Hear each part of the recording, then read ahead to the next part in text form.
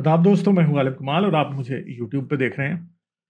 कल जब टेक्सास में वो यहूदियों के सिनेगॉग वाला मामला हुआ और हॉस्टेज लेकर का बताया गया कि ब्रिटिश था, मुझे यकीन नहीं था आ रहा कि ये जो है ना गोरा ब्रिटिश होगा। कुछ लोग कह भी रहे थे कि शायद कोई कोई वाकई नेटिव ब्रिटन होगा, हो भी सकता है, मगर मुझे नहीं था यकीन आ रहा क्योंकि ब्रिटिश पासपोर्ट वाले बहुत से पाकिस्तानी हैं। और मुझे कल मुसलमान का तो मुझे पक्का पता था कि निकलेगा मुसलमान, मगर साथ में 99% श्योर था कि पाकिस्तानी निकलेगा और वही हुआ। अब ये देखें जी, ये खूबसूरत पाकिस्तानी है जो निकला है। इसका नाम है फैसल अकरम। ये ब्रिटिश का रहने वाला 44 साल का ये आदमी है और इसने ही उन यहूदियों को यरगमाल बनाया था। और इसकी डिमांड थी कि मेरी बाजी टेररिस्ट दहशतगर्द आफिया सिद्दीकी को छोड़ दें। और ये इसका इरादा ये था कि लोगों को यरगमाल बना के और आफिया सिद्दीकी को छुड़ाया जाए। तो आफिया सिद्दीकी की को छुड़ाने की जो डिमांडें हैं वो पाकिस्तानी बड़ी देर से करते आ रहे हैं गवर्नमेंट के ऊपर। कभी उसकी बहन जो है वो प्रेशर डालना शुरू कर देती है, फौजिया सिद्दीकी का, हाँ जी छोड़ दो मेरी बहन को, बेगुनाह है बेगुनाह है। और फिर मुशर्रफ के ऊपर बड़ा जोर दिया हुआ था कि छोड़ दें, तो मुशर्रफ साहब ने सीधा सीधा कहा था कि भाई वो दहशतगर्द है, हम उसको नहीं छोड़ सकते। तो मतलब उन्होंने कभी भी नहीं कहा था अमेरिका से कि जी उसको छोड़ दें। तो अब मसला ये है, फिर उसके बाद अलकायदा वाले इस बारे में ऑफर्स करते रहे अमेरिकन गवर्नमेंट को कि जी हम फलां हॉस्टेज छोड़ देते हैं तो माफिया सिद्दीकी को छोड़ दो, फिर फलां हॉस्टेज छोड़ देते हैं तो माफिया सिद्दीकी को छोड़ दो। फिर इसके बाद आईसिस वालों ने भी कहा, पाकिस्तानी गवर्नमेंट ने जब कोई अमेरिकन हॉस्टेजेस थे, कल वाली वीडियो में मैंने बताया था कि अमेरिकन कुछ हॉस्टेज बने हुए थे, तो पाकिस्तानी इंटेलिजेंस ने भी एक बार ऑफर की कि जी आप फलां फलां लोगों को छोड़ दें तो हम, आप आफिया सिद्दीकी को छोड़ दें तो हम फलां को सिर्फ छुड़वा देते हैं। मगर अमेरिका ने हर बार इस बात को डिक्लाइन किया क्योंकि वो आफिया सिद्दीकी को जैसी टेररिस्ट को छोड़ नहीं सकते, क्योंकि वो बहुत बड़ी टेररिस्ट है जो कि बहुत बड़े टेरर प्लाट्स बना के बैठी थी। हत्ता कि वो डर्टी बॉम्ब तक बनाना चाहती थी, न्यूक्लियर बॉम्ब तक बनाना चाहती थी कि कहीं चलाया जाए अमेरिका में या इसराइल पे कहीं भी। तो वो ये सारे काम वो कर रही थी, ठीक है। तो अब ये फैसल अकरम कौन था, ये देखिए। ये ब्लैकबर्न मुस्लिम कम्युनिटी का एक वो है पेज है जिसके ऊपर उसके लिए इन्नल्लाह व इन्ना इलैहि राजिऊन की जो है पोस्ट की गई है। और फिर कहा गया, Faisal Akram has sadly departed from this temporary world and return to his creator. He was the son of Mohammad Malik Akram and the brother of Gulbar Malik Nasser Yasser and late Gulzamir Akram. May the Almighty forgive all his sins and bless him with the highest ranks. तो क्या है, इधर उसकी मगफरत के लिए दुआएं की जा रही हैं ब्लैकबर्न मुस्लिम कम्युनिटी के पेज के ऊपर, ठीक है जी। और नीचे ये देखें, he will not be forgiven since he did not pray for forgiveness with the and heart he will be held to account, ठीक है। तो यहाँ पे पहले ये पोस्ट लगी थी, फिर ये डैनियल पाइप्स ने यही बताया कि ये पोस्ट बाद में हटा ली गई है, ठीक है। फिर क्या, there are many stories circulating in the local community, so please avoid taking part in sin of black biting. तो लोग ये क्या कह रहे हैं कि आगे पुलिस को ना बताओ, अपनी जो फैमिली है उसको बीच में खराब ना करो जी, ना बताओ जी, उनकी पीठ पे ना काटो, गैबत ना करो, बस बताना नहीं किसी को। ये ब्लैकबर्न कम्युनिटी वालों ने कहा। Let the authorities complete their investigation, have respect for the family and allow them to mourn peacefully. और क्या कह रहे हैं जी, रिस्पेक्ट करें फैमिली की और उन्हें मातम करने दें उसकी, इस दहशतगर्द की मौत पे। Please check out the brother's statement in the comment section, ठीक है जी। तो यही हाल है कि असल में ब्लैकबर्न, अब जिहाद वॉच अगर आप देखें तो जिहाद वॉच ने का ये पेज है। जिहाद वॉच तो ये कहती है कि ये ब्लैकबर्न का एरिया जो है, और लोगों को पता भी है कि ये नो गो एरिया बनाया हुआ है इन्होंने। यहाँ पे ज़्यादातर मुसलमान ही रहते हैं और 10% इधर की जो आबादी है वो पाकिस्तानी मुस्लिम है। और इन्होंने काफ़ी नो गो एरियाज बनाए हैं ब्लैकबर्न में, और ये वहाँ पे ये तमाशा जो है ना, ये मुल्लों वाला बहुत ज़ोर शोर से चल रहा है। तो ये देख लें आप, इस हज़रत की तस्वीर मैं आपको दूसरी जगह भी दिखाता हूँ। ये है जी फैसल अकरम, ठीक है। और इसने ही 4 लोगों को हॉस्टेज बनाया था, और ये ब्रिटिश पाकिस्तानी है। तो ये लोग हैं इस तरह के कि ये हर वक्त ही ये तमाशे करते रहते हैं। अब फैमिली ने भी माफ़ी मांगी है जी, हमारा भाई जो है वो बड़ा अच्छा शख्स था जी, वो किसी को मार नहीं सकता था, यूँ नहीं हो सकता था। मगर उसी तरफ सिनेगॉग के जो रबाई थे उन्होंने भी बताया कि भाई हमें हॉस्टेज सिचुएशन की ट्रेनिंग पिछले 20 साल से दी जा रही थी, और उस ट्रेनिंग की वजह से ही हम जिंदा बचे हैं, और ट्रेनिंग देने वालों का बहुत शुक्रिया।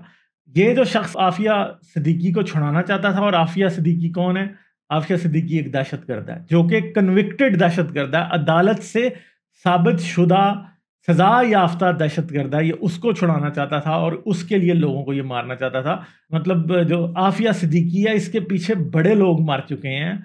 बहुत से हॉस्टेजेस अलकायदा ने और आईसिस ने ऑफर किया कि हम इन्हें छोड़ देते हैं, तुम आफिया सिद्दीकी को छोड़ दो। जब अमेरिकन गवर्नमेंट नहीं मानी तो उन्होंने उन हॉस्टेजेस को मार दिया। और आफिया सिद्दीकी का दहशतगर्द होना इस बात से और साबित हो जाता है कि वो एक पक्की टक्की शैतान दहशतगर्द हो रहता है, क्योंकि इस तरह के शैतान, उसके छोटे छोटे सपोले भाई जो हैं, वो आगे पीछे आते ही रहते हैं। फिर इसकी फैमिली ने यह भी कहा कि जी इसकी मेंटल सिचुएशन जो है वो ठीक नहीं थी। मगर प्रॉब्लम यह है कि अगर इसकी मेंटल सिचुएशन ठीक नहीं थी तो इलाज कराओ ना। फिर जो आपके पागल बच्चे हैं उनको मौलवी सांप के पास क्यों छोड़ देते हो? क्योंकि मौलवी सांप तो फिर उनको जहर का टीका लगाएगा और वो बावले कुत्ते होके आगे पीछे जाके काम करेंगे, जैसे इसने फैसला करने कर दिया। ठीक है, वैसे तो नहीं होते ना ये काम। आप अपने पागल बच्चों को, जिनके दिमागी तवाज़ुन नहीं ठीक, उनको मौलवियों के हवाले करके आप समझते हैं कि हमारा काम हो गया, वो उनको दहशतगर्द बना के उन्हें सुइसाइड बॉम्बिंग में यूज कर देते हैं, आगे पीछे कर देते हैं। तो भाई इसमें कसूर आपका भी है, फैमिली का भी कसूर है, पूरी ये ब्लैकबर्न की कम्युनिटी का कसूर है, जिन्होंने इस्लाम मौलवियों को सर पे बिठा के उधर बड़ा इस्लामी शरीयत आए दिन नाफिज करने के चक्कर में नो गो एरियाज और औरतों को कहते रहते हैं कि जी यहाँ पे ये कपड़े ना पहनो और यूं ना करो।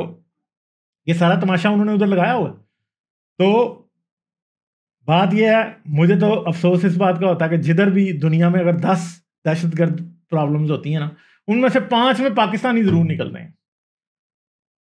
तो पाकिस्तान की गवर्नमेंट को भी जरा देखना पड़ेगा, पाकिस्तान की रियासत को भी, कि आप क्या पैदा कर रहे हो। ये आपके सांप हर तरफ क्यों फिर रहे हैं, लोगों को काट रहे हैं। चार्ली हेब्डो के दफ्तर के बाद छुरियां मारनी है, पाकिस्तानियों ने मारनी है। लोगों को ये रुमाल बनाना है, पाकिस्तानियों ने बनाना है। 9/11 में पाकिस्तानी शामिल, हर तरफ अलकायदा में पाकिस्तानी शामिल, कोई चीज ऐसी नहीं, आईसिस तक में ये शामिल निकले। ठीक है, हर तरफ ये शामिल है। क्यों शामिल है हर तरफ? इसीलिए ये हर तरफ शामिल है कि स्टेट का जो डायरेक्शन है वही बड़ा गलत है। ऊपर से इमरान खान जैसे लोग आके सिंगल नेशनल करिकुलम और कुरान और हदीस सर पे चढ़ाओ ताकि और दहशतगर्द पैदा हो। अगर ये इस तरह के निसाब में तब्दीलियां जैसी इमरान खान अब कर रहा है, इससे 10 गुना ज्यादा दहशतगर्द निकलेंगे 15 साल बाद। ठीक है, क्योंकि आपने और जाहिल पैदा कर दिए। तो पाकिस्तान के पासपोर्ट की कोई औकात नहीं है दुनिया का। अब सोमालिया से भी नीचे पाकिस्तान का पासपोर्ट चला गया। ठीक है, और ऐसे काम करें ताकि ये और उससे भी नीचे जाए। शायद पाकिस्तानियों का पासपोर्ट का ये हाल हो जाए कि भाई इनको अफगानिस्तान भी वीज़ा नहीं दे फिर बाद में, कि दफ़ा हो जाए यहाँ से। ठीक है, तो ब्रिटिश पासपोर्ट की भी बेइज्जती इन पाकिस्तानियों ने करा दी। सारी बात है, ब्रिटिश पासपोर्ट तो बड़ा पावरफुल पासपोर्ट है, उसकी भी बेइज्जती करा दी। वैसे तो किसी पाकिस्तानी को वीज़ा नहीं देना अमेरिका का ना, उन्होंने इस तरह के टुच्चर दहशतगर्द को। तो जो ब्रिटिश पासपोर्ट लेके फिर ये उधर भी पहुंच जाते हैं। ये उधर गया है 2 जनवरी को, फिर इसने वहां से असला खरीदा है, फिर असला खरीद के इसने जो है वो यहूदियों पे हमला कर दिया। तो पाकिस्तानियों को हर जगह दुनिया में मौत पड़ी है। फ़लस्तीन इन्होंने आज़ाद कराना है, कश्मीर इन्होंने आज़ाद कराना है, सब कुछ इन्होंने आज़ाद कराना है। मक्का मुकरमा मदीना भी इन्होंने आज़ाद कराना है। ठीक है, हर जगह इन्होंने आज़ाद करानी है, हर तरफ इनको। हमारे इस्लामी भाई, हमारी इस्लामी बहन आफिया सिद्दीकी दहशतगर्द टेररिस्ट, ठीक है, वो इनको बहुत प्यारी है। पता नहीं उस औरत का क्या मसला था कि उसमें इतनी नफरत थी कि अगली ने अलकायदा ज्वाइन कर ली। कोई तो वजह होगी ना, क्या था, पागल ही होगी, दिमागी तवाज़ुन पता नहीं ठीक था कि नहीं था।